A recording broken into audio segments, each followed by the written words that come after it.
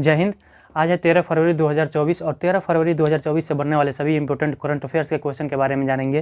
पहला क्वेश्चन है कि भारत की यूपीआई सेवा किन दो देशों में भी शुरू की गई है। तो भारत की यूपीआई सेवा जो है भीम पे, पेटीएम, फ़ोन पे, गूगल पे, ये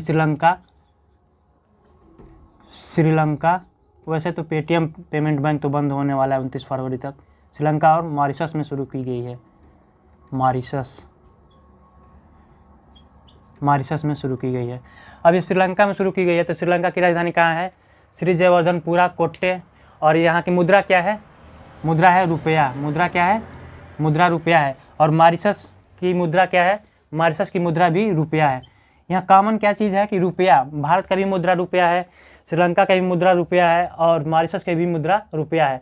इसीलिए जो पेमेंट होता है ऑनलाइन पेमेंट हमारे यहाँ यूपीआई का रुपया ही एक्सेप्ट करता है और यहाँ की मुद्रा भी रुपया है। श्रीलंका और मॉरिशस का मुद्रा भी रुपया है। तो जो भी ऑनलाइन ट्रांजैक्शन होगा कोई दिक्कत नहीं होगा, आराम से ट्रांजैक्शन हो सकता है।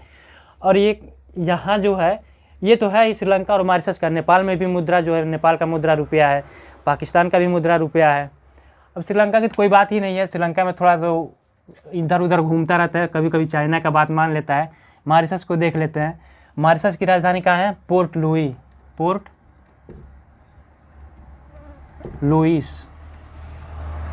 लुइस। और यहाँ पे सबसे ज़्यादा भोजपुरी भाषा बोला जाता है। मॉरिशस में भारत के बाद से सबसे ज़्यादा भोजपुरी भाषा जो बोला जाता है ये मॉरिशस में ही बोला जाता है। अब भोजपुरी क्यों बोला जाता है? क्योंकि जो अंग्रेज़ थे उस समय मॉरिशस में बिहार के लोगों को ही ले गए थे खेती कराने के लिए, गन्ने की खेती के लिए बिहार के लोगों को ले गए थे। और बिहार के जो भी लोग थे वो वापस फिर आए नहीं, वहीं पे बस गए। तो भोजपुरी भाषा सबसे ज़्यादा अगर भारत के बाद से देखा जाए तो यहाँ बोला जाता है, मॉरिशस में बोला जाता है और नेपाल में भी बोला जाता है। लेकिन सबसे ज़्यादा अगर भारत के बाद से देखा जाए तो मॉरिशस हो जाता है, फिर नेपाल आता है। नेपाल में भी आधा से ज़्यादा, आधा या उससे भी अधिक लोग भोजपुरी ही बोलते हैं। अगला है कि महाराष्ट्र के किस पूर्व मुख्यमंत्री ने कांग्रेस पार्टी को छोड़ दी है, मतलब अभी त्याग पत्र दिए हैं? तो ये दिए हैं अशोक चौहान या आधा वह हो जाता है, शायद मराठी भाषा हो जाता होगा। अशोक चौहान इन्होंने अभी कांग्रेस पार्टी से अपना इस्तीफा दे दिया है। इनके पिताजी भी थे जो शंकर राव चौहान, वो भी कांग्रेस पार्टी के वहाँ महाराष्ट्र में मुख्यमंत्री रह चुके हैं। तो इन्होंने अपना त्याग पत्र दे दिया है, कांग्रेस पार्टी को छोड़ दिया। कुछ दिन पहले भी एक और व्यक्ति थे, उन्होंने भी कांग्रेस पार्टी को छोड़ा है। पता नहीं क्यों ये पार्टी छोड़ते जा रहे हैं। अगला है कि महर्षि दयानंद सरस्वती की 200वीं जयंती कहाँ मनाई गई है? तो गुजरात के मोरबी ज़िले में। गुजरात जीजे।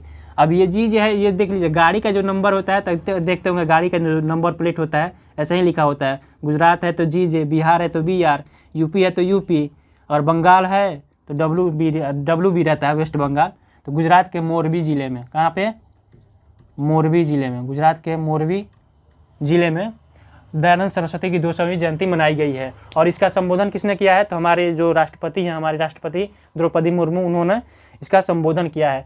अब ये क्यों महत्वपूर्ण है ये नाम महर्षि दयानंद सरस्वती? क्योंकि इन्होंने ही आर्य समाज की स्थापना की थी। महर्षि दयानंद सरस्वती ने ही आर्य समाज की स्थापना की थी।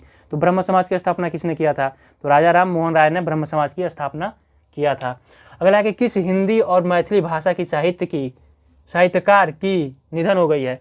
तो उषा किरण थी जो हिंदी और मैथिली भाषा में साहित्य लिखा करती थी।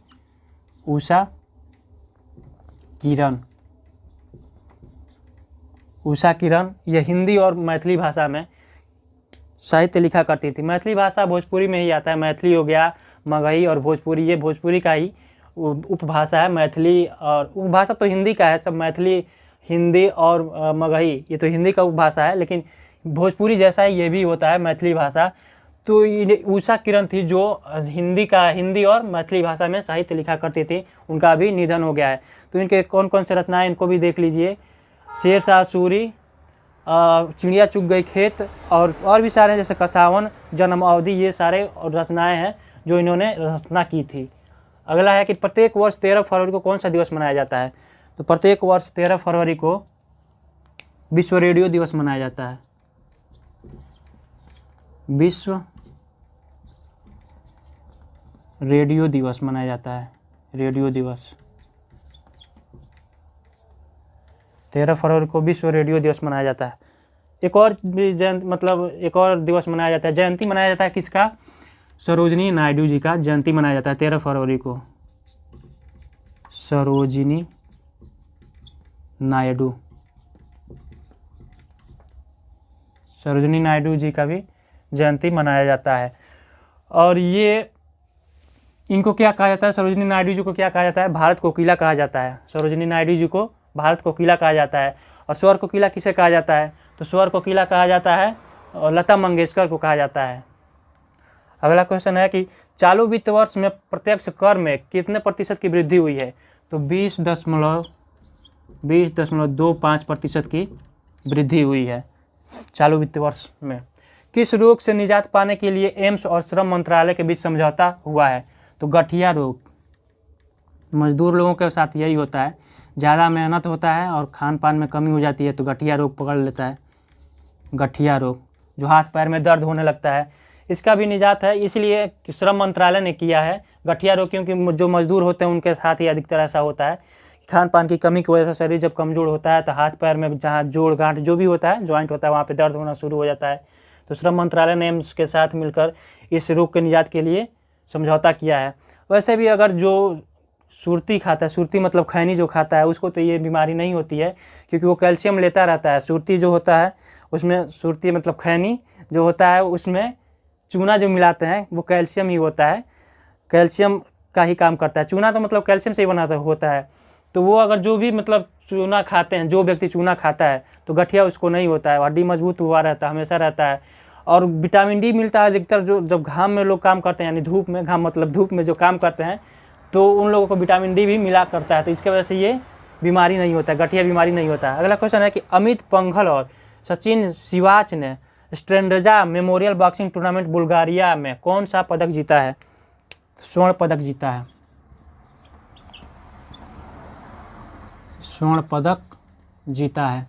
और ख़ास बात यह है कि इन्होंने, अमित पंघल और सचिन सिवाच ने, जो अपने प्रतिद्वंदी को हराया है 5-0 से, दोनों लोगों ने 5-0 से हराया है। मतलब ये है कि ये 5 बार जो मैच हुआ है, फाइट हुई होगी, बॉक्सिंग जो होता है फाइट ही है, 5 बार जो हुआ होगा, तो 5 बार में 5 बार ये भी जीते हैं, सचिन पंघल और सचिन सिवाच और अमित पंघल, यानी 5-5 बार जीत गए, एक भी बार हारे नहीं हैं। और कौन सा पदक, जरूरी ये है जानना कि कौन सा पदक जीते हैं, तो दोनों लोगों ने स्वर्ण पदक जीता है। और ये हो कहाँ रहा है? बुल्गारिया में हो रहा है।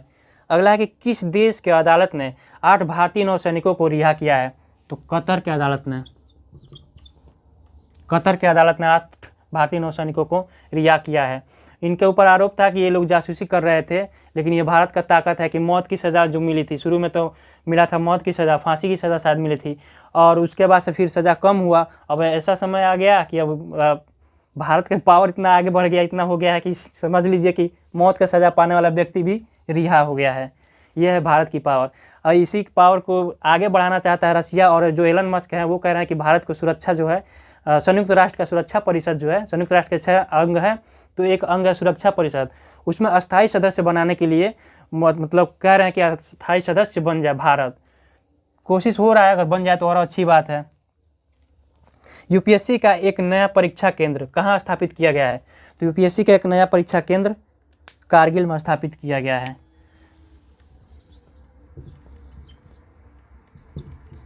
कारगिल में स्थापित किया गया है। मतलब ये होगा जो 26 मई को, जनवरी को नहीं, 26 मई को होगा इस साल, जो 2024 का 26 मई में जो पेपर होगा, हो सकता है कि यहाँ पर सेंटर बनाया जाए, मतलब बनाया ही जाएगा, कारगिल में भी सेंटर बनाया जाएगा यूपीएससी का जो एग्ज़ाम होगा। तो ये आज के कुछ करंट अफेयर्स के क्वेश्चन थे, इसको याद रखिएगा। जय हिंद।